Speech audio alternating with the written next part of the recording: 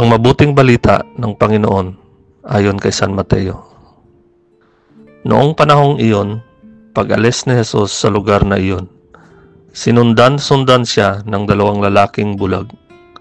Sumisigaw sila na ang wika, "Anak ni David, mahabag kayo sa amin." Pagpasok ni Jesus sa bahay, lumapit sa kanya ang mga bulag. Tinanong sila ni Jesus, "Naniniwala ba kayo na magagawa ko ito?" "Opo, Panginoon," sagot nila. At hinipo niya ang kanilang mga mata at sinabi, "Mangyari sa inyo ang ayon sa inyong paniniwala." At nakakita na sila. Mahigpit na pinagbilin sa kanila ni Jesus na huwag sasabihin ito kanino man.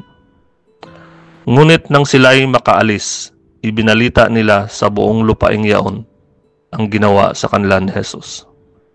Ang mabuting balita ng Panginoon.